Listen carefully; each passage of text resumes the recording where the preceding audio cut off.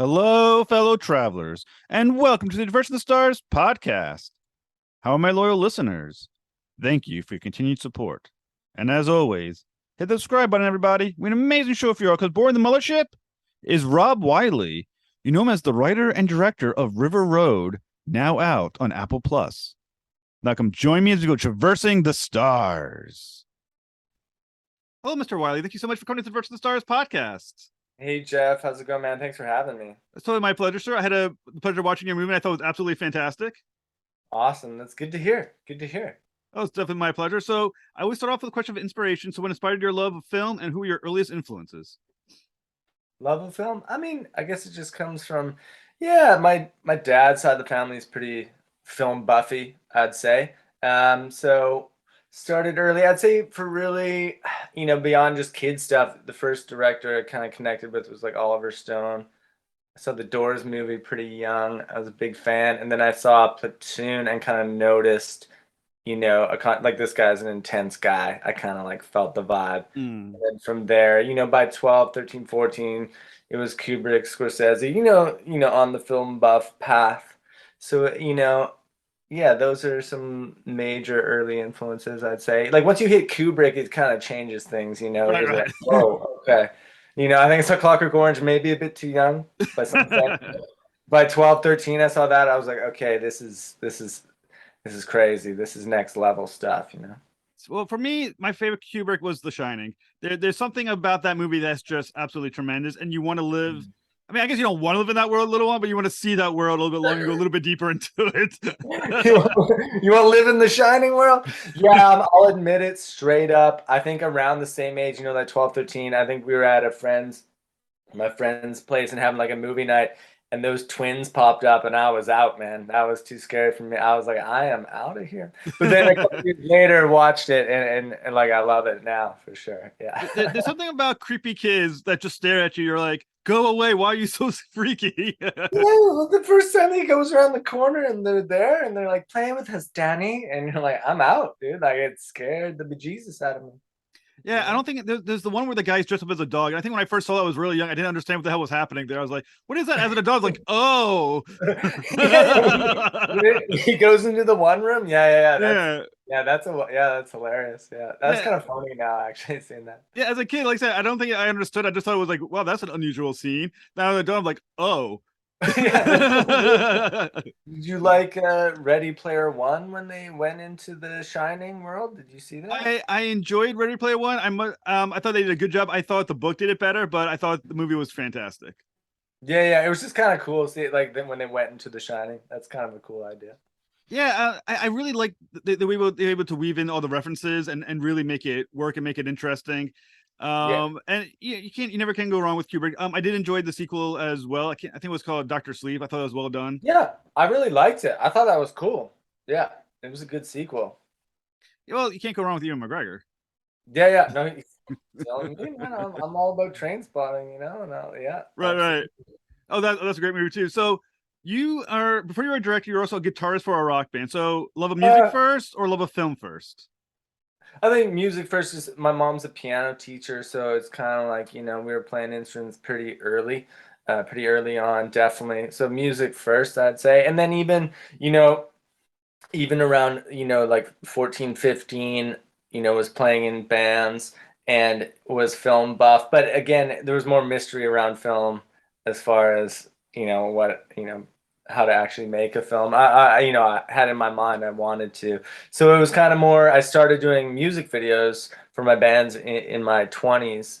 Maybe I was like 23 when I made the first one. And so I was kind of doing it simultaneously, but definitely I was focusing on music first, and then, they did the band thing, the touring thing, and then, when that kind of ended, and then started getting into film, and here we are, the second movie, and here we are. Well, I think the cool thing is I think every teenager thinks to themselves, I want to be a rock star, or I want to be like a TV movie star director.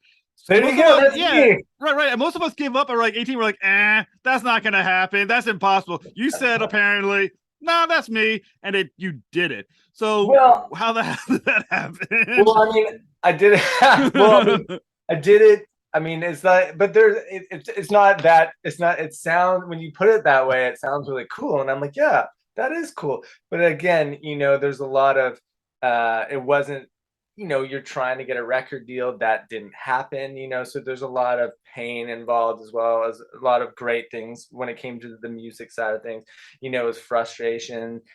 Same thing with movies too. They're both tough games, and to ignore the reality of how savage just trying to make a full-length feature film on a low budget is, and just completing it and trying to get it out there. It's very difficult to do both, actually, it turns out. So, I'm just here So, trying to get better. so both of those things are highly creative endeavors, music and making film. Mm. Was it the creativity that drew you to it, or was it the challenge of this is things that most people don't think they can do, and I bet I can. So which one was the bigger motivator? No, it's definitely the creative first. Absolutely. I think, yeah, because you don't know how hard it is. Like, you're so ignorant and young and naive. You don't know. Like, you're like, okay, of course, we're gonna start playing shows. We're gonna get a record deal, within a year or two. Then we're gonna be touring. Blah. It doesn't work like that. The same thing with movies. Like when we made our first movie almost 10 years ago. It's the same thing. Oh, it's gonna blow up at festivals. It's gonna do this. It's gonna do that, and it doesn't work out that way. But you do get better, and you do learn, as you get a little older, you kind of realize, okay, you know what, getting better, and improving. And what else can you really do? Because there's only so many things you control, but you try to improve at every stage of the game, from the writing all the way through to finishing the film. Just try to get better. And maybe, as you're saying, maybe on this film, I kind of, after making my first movie and completing it, maybe what you're saying is a little bit more appropriate, because I was like, oh, I actually can do this. Mm. A lot of people, it is difficult. A lot of people can't do it. So that was, it's like, I can make this happen. So how does music and film activate different creative muscles in you? Ooh. Yeah, it's definitely different. To be honest, there's a lot of separation there. It's a lot different, trying to, like, I'm a songwriter, for rock, essentially rock pop, guitar rock pop, that's definitely a different, than writing a full-length feature movie, because it is, even like, I'm not really gonna do a concept album, it's not really my thing. So you are focused literally on 3 4 minute 5 minute songs, and the puzzle and the craft of that is very different. But there are the most similar process, I would say, in both. And what I did learn by being in the studio, in the recording studio, is there's time pressure. You're paying an engineer, you're paying a producer, you got to get these drums done tonight. So the clock is ticking. And then essentially what is very similar is you're capturing a performance and then you're editing it. Mm. So if your time pressure's on, same thing with filming, like the sun is going down, like you got this location, boom. So you have to be very, I think I was developing the muscle, which is, same thing, like our drummer's playing a song. It's like, okay, so he does 2 takes of the full song, and then we don't have time to keep doing it. We just got to punch in. We got to punch in. Okay, you know what? We know we got the first verse. I know I got the last chorus. Let's punch in on the pre-chorus. Let's just focus on that. Same thing with when you're working with actors. It's like they kind of run it like it's a play. They run the scene, and then time is ticking. It's like, you know what? You just kind of have to know, okay, I got the master shot of that performance. Let's just punch in, just do that one line. Let's just focus on that. Do that 5 times. Okay, good. And again, it's just, so that I'd say is the most similar. And also dramatizing is also a thing too, because in a song you want it to be entertaining. You can't be boring. So you are looking to make things dangerous, and dramatizing it, it's more poetic. It's a different medium. But same thing with film. You're looking for conflict. You're looking to entertain. So those are, yeah. Anyways, yeah. So when you're writing a song, similar to screenplay writing, are you first developing a short story for the song, or are you developing first a feeling for the song and a story builds around it? Yeah, it's the feeling. So there's a difference between, most of the songwriting I do is accidental. So I'm fiddling around on a guitar, or a vocal line will hit you. And then you kind of have, especially when you're playing guitar, you come up with some notes and you come up with a riff, you come up with chord changes, and that has a certain atmosphere and vibe to it. Minor key, major key, all different modes. Is it kind of a little Latin feel? Is it like this? And that kind of dictates where you go with the lyrics. Maybe it's a bit opposite with film, which is you kind of have a broad idea first of what the tone of the film is going to be, what the atmosphere, like this movie, the first ideas was like, okay, a couple for River Road, a couple fall in love, get into heroin. I kind of knew that was the overall picture and then went into it. Yeah. So when you start the screenplay, then you're doing story first, then feeling, or feeling still first, and then a story to kind of build upon it. Well, I guess the feeling is the feeling I would apply to just the overall kind of like literally you just like the tagline almost is the first thing you kind of think of, which is like, musician falls in love with a free spirited woman and they go into heroin and crime. So that's kind of a feeling and a vibe, but there is a sense of, but it develops as it goes along, especially like before the end, but you mentioned the music that developed. I was like, okay, I think I want to do some 80s synth kind of score to this, and then that develops as I was working with the co-composer, and then so it's very generalized at first, and then it gets squeezes, and then once you finish the script, and then once you shoot it, then you edit it, and then it gets very focused. Whereas now you see River Road, it's very focused. The music is this kind of thing. It's this kind of again. When you start, it's a lot broader, but for the most part, you kind of know the direction you're going in. So in River Road, the protagonist is Travis, a guitarist. You are also a guitarist. Should we look at all as this as a somewhat autobiographical view? It's actually less than you'd think, because the first actor that I kind of developed the movie for was also a guitar player, also in bands, and so it's less autobiographical than you think. I mean, I know the world of addiction and guitar players and bands, but it's not a true story of there are definitely little nuggets of true things that actually happened along the way for sure, but I wouldn't call it autobiographical. Well, like I said, I thought River Road was a fantastic movie, and the question I had is, okay, so the protagonist is Travis in my view. Now, for every protagonist, there's an antagonist. Now, for me, I'm thinking to myself, is it Zoe? Is it Travis? Is it the heroine? Which one is the antagonist in your mind? Ooh, I would say the antagonist.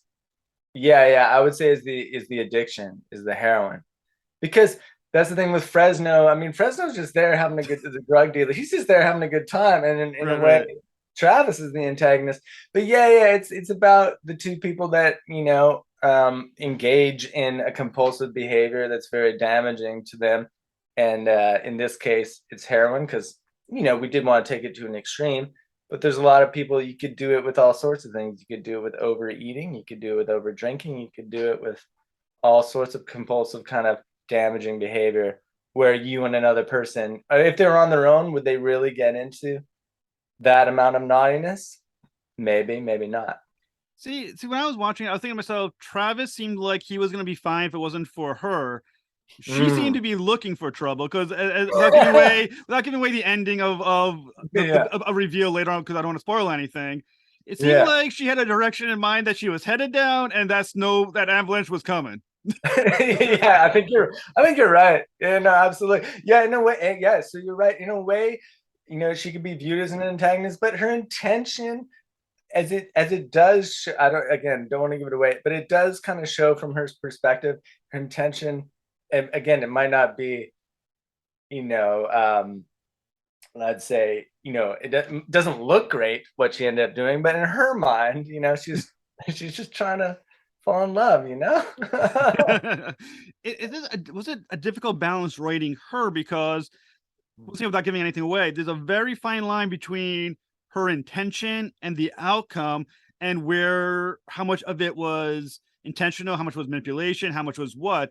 Was it a fine line to determine what, if you're vilifying her, or is she kind of her own tragic figure by the desire that she wants?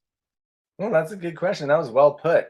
And I like the way you said that, an own tragic figure. I think that's more the case. Yeah. Her intention is not really to manipulate, it's not to be, to really ruin anyone's life or anything. I think she has her own issues. That part is true. Yeah. And it tries to explain again. I don't want to give away because there's a big twist and there's a lot of she tries to explain it. I think we did a good job of showing her perspective and why she made the choices she did. Hopefully, it did a good job at that. And Well, then it's kind of more open ended, and you could kind of decide. There's not really any bad person. It's just kind of hopefully it's somewhat realistic. so I mean, the interesting thing I think is that there's definitely the Sid and Nancy like volatile. You put these two chemicals together, things explode, and I think that's a very interesting. Where I mean, is that something to be said about relationships on the whole? That certain mixtures don't belong, or maybe the same thing that creates that volatile passion is the same thing that also causes the explosion after. Oh, totally. I mean, all the time. I mean, especially when it comes to, when actors date or creative people date, there's a little, they're very passionate and the highs are very high, the lows are very low. And, it's the two energies, combusting. But yeah, it is kind of, there's something about the rock and roll, that Sid and Nancy thing that's, again, it's entertaining because they're kind of crazy people or like that Kurt and Courtney vibe. And the Bonnie and Clyde kind of thing too is what we're trying to do as well. And it's entertaining. And it is what we're kind of going for. That's cool that you said Bonnie and Clyde. In my head, I was thinking to myself, the gangster couple. So I was gonna use them as a reference. I couldn't quite come up with the names quite right. I kept saying Butch Cassidy. I was like, it's not Butch Cassidy. It's not what it was for. But I'm glad that you said it for me because it would have aggravated me all day long. Yeah, that would be the woke 2022 Butch Cassidy in the I honestly I literally would have been spending the entire day just kicking myself trying to figure out the name. I've been on so this interview over, first thing Google and trying to figure it out. Well, yeah, no, for sure. Yeah, that's kind of the vibe, and again, it's not, we're trying to tell it, use Vancouver as a backdrop, which never is used as itself. They film a lot of movies in Vancouver and it's always pretending to be somewhere else. I don't know if you know too much about that on the East Coast, but Supernatural TV show. I love Supernatural, the TV show, always shot in Vancouver. Yeah.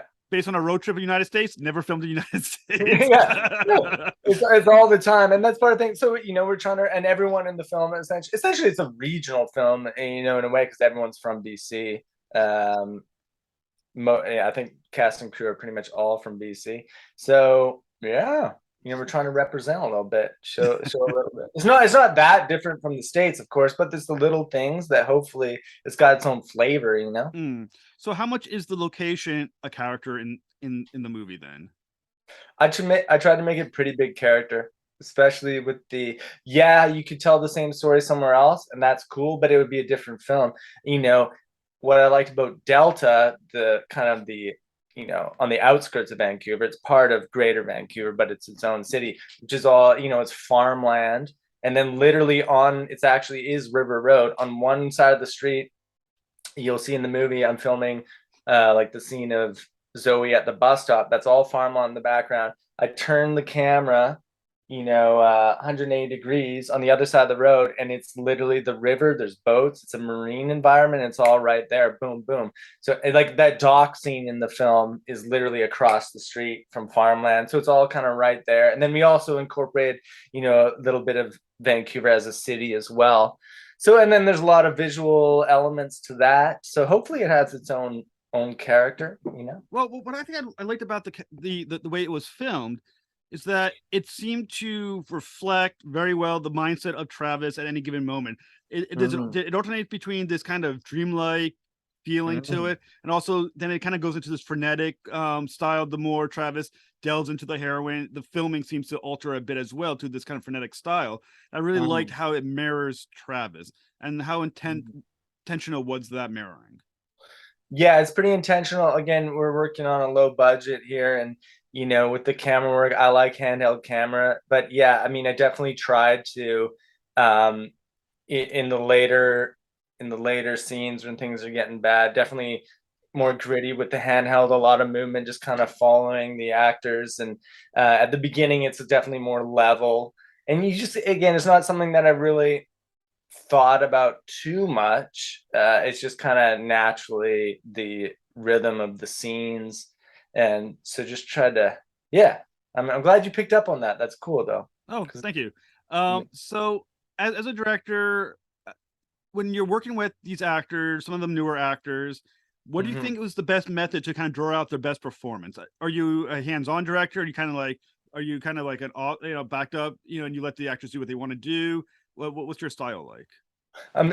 I definitely go hands-on style, because I was an actor for, in high school, I was acting before directing, just theater stuff, nothing crazy, but I understand, and I'm a performer on stage, so I understand the actor's mindset. So I'm pretty hands-on. But that being said, you have to know when to back off too, For the most part, I wouldn't say there's a specific method.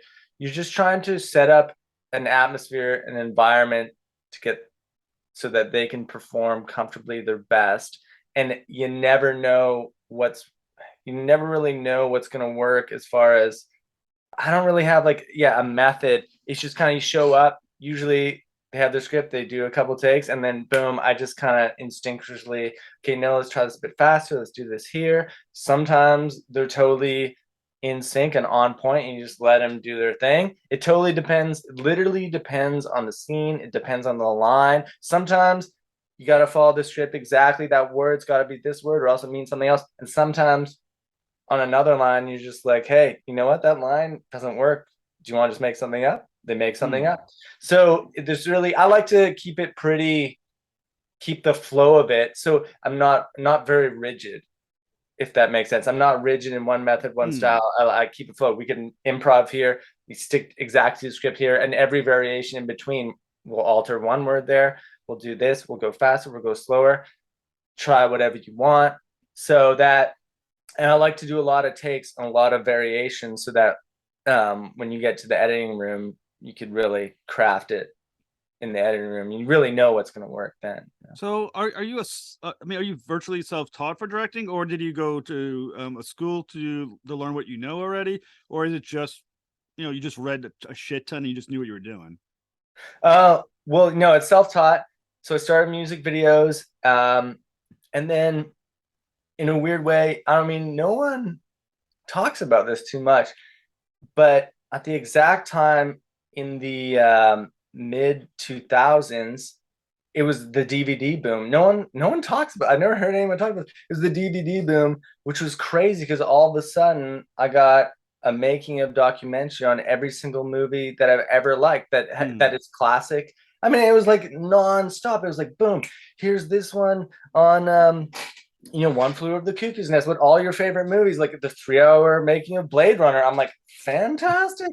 Let's do this. Like, the alien making of on all three. It's just like, I was just literally in hog heaven. I couldn't even believe it existed because growing up in the 90s and stuff, you just had VHS tapes. There was no making of, maybe there's a Right. couple like Lawrence of Arabia, some ghetto ass like 70s like thing about that, but no. And it was all of a sudden commentaries, and then books, and it was like nonstop out of nowhere. All of a sudden, literally, I'm talking, within 2 years, it was VHS, or even in like 2003 to 2004. All of a sudden, every VHS was gone from the rental stores, all DVDs. Here's a making of documentary non-stop coming out. So I was just loving it, man, and just learning that way, as well as just doing it myself. Music videos. For me, I think the best one I ever saw was the one on Jaws. There's one on Jaws called the Shark Works. I think it's called The Shark Yeah, Does Work. yeah, I think that's what something along the line. It's not on every DVD, but it's on a couple of them, and it's been yeah, shown yeah. on I think it was on like History Channel or Discovery, one of those two. Yes. And I've watched that so many times. I think I've watched that more than the actual movie because it's so No, freaking smart.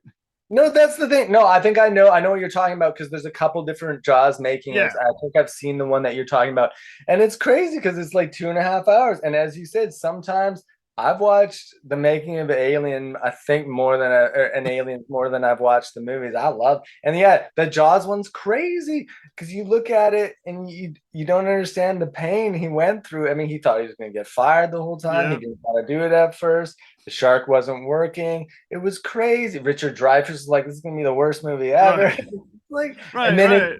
and then it talks about that first screening where the executives and it just went mental and they're like, we're gonna get this in every single movie Yeah. theater on the. I love that documentary. That's what I'm talking about, man. It's great. And all of a sudden, all that stuff was available out of nowhere, and It's amazing it's so motivating because you're watching, because like now we know Spielberg becomes the Spielberg, he's Mhm. like the god of Yeah, directing. But to watch that documentary, you see just how much failure was involved and just how yeah. bad the experience was awful. I mean, when you talk about, I walked away from the last shot 'cause I thought they were gonna dump me in the water. I was like, shit, that's Spielberg. I know, and that's the thing. What he was like, literally, in his like 26, 27, 28. And then I watched his movie before, Duel. His first movie is kind of cool, but then the one before that, it's like, I don't know. I'm not hating on it, but it's not that good. Like, I forget what it's called, but you know what I mean. He was just this guy, and all of a sudden, but then he talks about he was traumatized. He'd come back to the studio, I guess after they shot. He was so traumatized. They brought the boat back, from Jaws, the boat, and they put it on the Universal lot, and he would go by himself and just sit in there and just like process the trauma. And Wow. you realize what they had to go through. And also Coppola with Apocalypse Now, it's crazy. And you think that I think sometimes the public thinks that these people are just these blessed artists and they're Yeah. genius and they're just so successful that they don't understand. And from these documentaries and books, you understand what they went through and the pain and Yeah, I how agree. I mean, it tells you a lot about the idea of, genius in the moment apparently isn't very obvious. When Mhm. Spielberg talks about when John Williams showed him the Jaws score for the first time, and he's like, "Show me the score for the shark." And he goes, and he does that that little thing, and I think that Spielberg saying, "I thought to myself, what the hell is this crap? That's all. That's the whole thing." And then he kept thinking about it more and more. And he's like, "Oh, now this makes sense Yeah, to me." But yeah. yeah, but I thought it was amazing that his first thought of hearing John Williams' score was the classic score is, are you making fun of me? What is this? Yeah, and as you say, I mean, that's the thing. And also, if you watch the making of documentary, like you just described, there's that one moment. Well, what if Spielberg was just like, nah, I don't want Right. that score. It's the most famous score of all time, if at least in the top three or four of all time, 100%. So yeah, he was able to trust John Williams on that, and just it could have gone the other way if he had a different personality. If he'd be like, nah. And then Right. there's Kubrick. There's Kubrick, who had the score for 2001. I mean, he had that composer do an entire score, paid him tons of money. This Oscar-winning composer, and then Kubrick's like, "Nah, I like the music I came up with, the Strauss Right. waltz and stuff." Right. He was like, "I'm just gonna use that." And then it was, but what if Kubrick had been a little bit more of a wussy and being like, "I don't want to let this composer down." And you could hear that score probably on YouTube, and it's like, eh. But then his use of the Strauss waltz and the beginning, the Thus Spake Zarathustra, this famous intro to 2001, is one of the most famous uses of music in the history of film. But it just goes down in those one little Right. moments. What if they had decided something else? So, what did you like? Because I'm sure, as someone who's when you've done your film and your music videos, there are times when things haven't gone your way, or someone's like, "Nah." How much where did you find your conviction from? Is it from watching these documentaries and seeing how these geniuses are often sometimes said like, "Nah." Is that where your conviction comes from? And goes, "No, I'm right. I know I'm right. I'm plugging. Mhm. I'm pushing forward on this." Conviction, that's interesting you brought that up because, yeah, I mean, conviction does have a lot to do with it. Um, yeah, I mean, it's tough because it's a tough line that you have to balance because sometimes I make wrong decisions all the time, and you have to know when to listen to people, and then you do have to know when to put your foot down and say, no, no, no, I'm right. And you're right. I think it all adds up. All the research at the end of the day, I've done my research. I've read all these books, all these directors. So I've done my research. I've also, besides the music, even before that, my first thing was drawing. So I was an artist since I was, 7 or 8. Um, and I think I didn't know it at the time. I think I was lucky. A lot of people, I was getting a lot of praise, I guess, for being good for my age. And then I guess perhaps I have some sort of confidence or conviction from that just ingrained in me. Sorry, I don't know if you hear it. There's a motorcycle in the background, but my roommate. Um, but yeah, so I don't know. Yeah, I mean, you just have to trust your gut a lot of the time when it comes to that thing. So another interesting thing about when the decisions you made in this to make this movie is how you narrated the film. So a lot of the movie is basically Travis sort of narrating it to his sponsor, who, and if I remember correctly, the sponsor, he's in Supernatural, isn't it? If I remember correctly, is a I think every Vancouver actor is in Supernatural. I keep thinking that he's like the evil, the demon Bobby in one of the episodes, season Oh yeah, 6. Aaron's in a lot of. He's a vet. He's a hardcore Vancouver vet. He's in every Vancouver show he makes an appearance in. Yeah. So what was the question? So what led to the choice to basically have it narrated through Travis talking to his sponsor? Oh, okay. I think that just came from an artistic decision. I think my last film, Dark Cove, I wrote it fairly linear. And then I kind of realized later after it was done, and I kind of realized that I just think it would have been stronger doing it with flashbacks and actually we did reshoot some stuff, and I am going to re-edit the movie. I just thought it was a better device for this kind of movie, because you could kind of like tease things.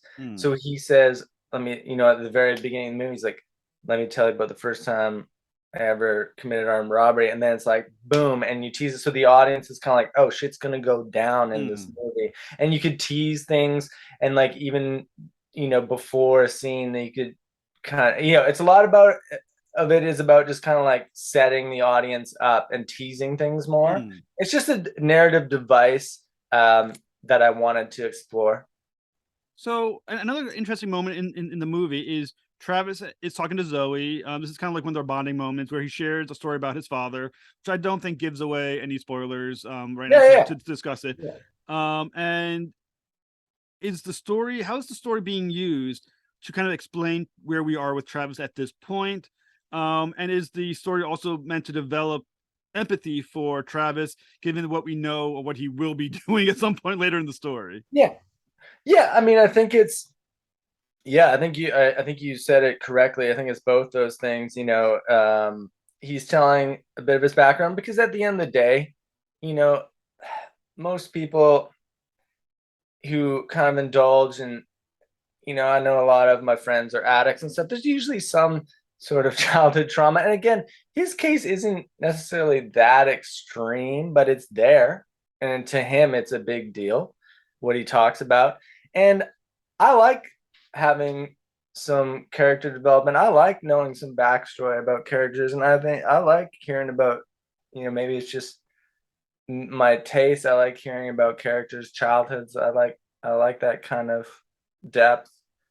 Some people don't like that kind of depth. I do. Not all the time. Depends how it's handled. Hopefully it's handled correctly. So how early in the conception of Travis was that story developed?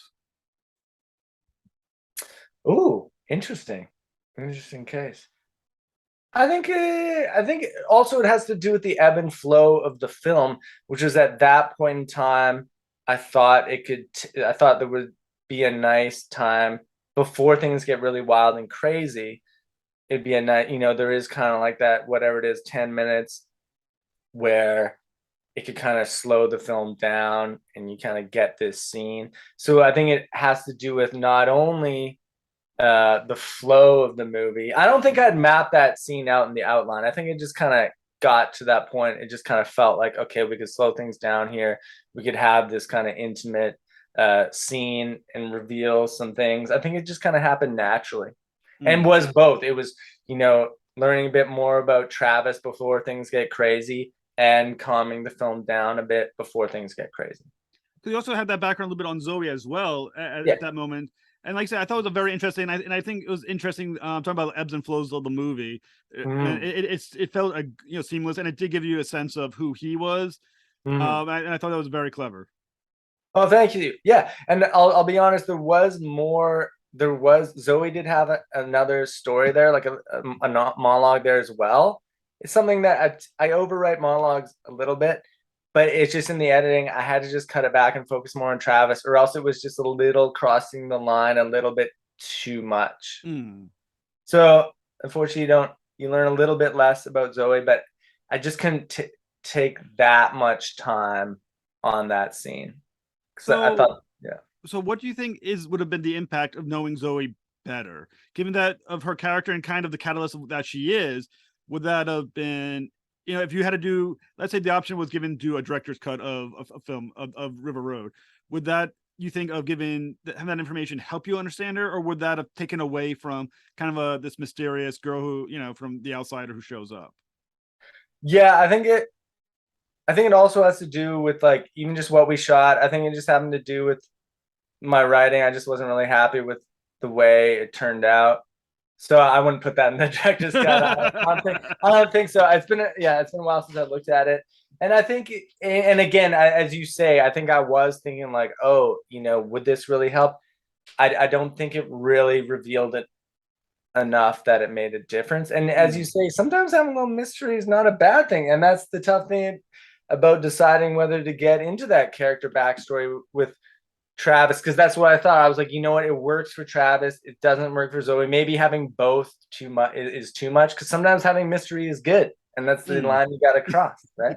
Well, what was ever a concern of losing the audience sympathy for Travis, given that eventually he goes down that road, eventually he does what he does? Was there ever concern of the audience being like, he's kind of a dick now? Or was there, or did you develop, or what decisions did you make to make sure the audience is stuck with Travis throughout? I think, yeah, no, I wasn't concerned, because I think that audiences actually, I think sometimes people, when it comes to like, um, big, TV shows on a major network, they're just kind of pussies about, you know, the sympathy of the characters. But at the end of the day, it's like, I think Tony Soprano is one of the best characters of all time. It's like he's killing people all the time. It's like, people actually, at the end of the day, in a certain context, people want the lead character to do some crazy shit, or like to be a little dangerous. You know what I mean? Depending on the story, I think people like seeing him go to that side, because I think people have it in themselves. They can cross over and do behavior like that. They might not know it, but it doesn't take much. Yeah. You know what I mean? So I wasn't concerned. And So also Cody as an actor, he's just kind of a nice, likable guy anyway. So once we cast him, I was like, okay, this isn't going to be a problem. In fact, honestly, let's make him more badass and crazy, well, like I said, you did give the audience a chance to live vicariously through this guy, and Mm-hmm. what as you watch him spiral. So I thought it was very interesting. The other thing, I mean, you obviously what you did with your script must have, you did a great job. For no other reason, you were nominated for a Leo Award for best screenwriting and best lead performance. Well, Travis, the guy who played Travis, Mm-hmm. lead performance. So, how much confidence does that give in yourself and in the movie, that nomination? Well, yeah, I mean, the thing about awards are always weird, for art. But that being said, this is the Vancouver film industry, and we're very much, it's just, we're very much rebels on the outside going into this, with our funding. We had no grant money, no government grant money. No, it's low budget, just on, by the seat of our pants production. And in that regard, it was really cool to get all these nominations. And we won a couple Leos, Fresno won for best supporting actor. We won for best music. And again, just getting the nomination for best picture, best director, and all those nominations, I was surprised, and I was like, it felt good. I'm not gonna lie. I'm not gonna lie to you, because it was a sense of validation, being like, we're the bad boys. We're coming in, just no permits, just scrounging, and I think hopefully it doesn't. I don't think it really comes across how low budget it was and how guerrilla it was, and how and what we went through to make the movie. So it does feel good to get, from Vancouver film industry to be like, you know what, good job, guys. And I'm like, cool, thanks. Do you introduce yourself now as Leo nominated director and screenwriter. I'm a Leo winning. I won for best music. Okay. So, but I'm not shockingly I'm not a douchebag. So I don't do that. Actually, I'm a little bit. No, just kidding. So, like, what kind of opportunities did this now open doors for you now that you've done River Road? You've made a successful movie. You've been now a winner and nominated. So what doors are now open for you, and what's next? Yeah. So what's next? We might actually be doing a Fresno spinoff. I'm serious. I'm not joking. Very cool. In a different style, very different style of film, but kind of more a crime thriller. So it'd be more like more like The Departed and Heat meets Stand By Me. So we're exploring that, and that would be, again, we're just trying to step up our game, get better, step up the level of production. Our first movie, Dark Cove, was here on Vancouver Island, which is where I live. Local amateur actors, blah blah blah. The next, River Road is professional Vancouver actors, still a scrappy production. And the goal is the next one to be bigger, more professional, more resources, hopefully be better at what I do, and just keep getting better and growing. So that's the game plan. So I think it has opened up doors. Absolutely. So where can our listeners find River Road? River Road is available, Apple TV, pretty much anywhere. In the States and the UK, it's on Amazon Prime to rent. And it is on Google Play everywhere as well, and YouTube movies. Yeah. Well, Mr. Willey, it was a pleasure talking with you, sir. You're fantastic, and I really enjoyed River Road. Yeah. Oh, cheers, Chef. I'm glad you liked the movie, man. Thanks for having me. That was an awesome conversation, man. You too. See you later.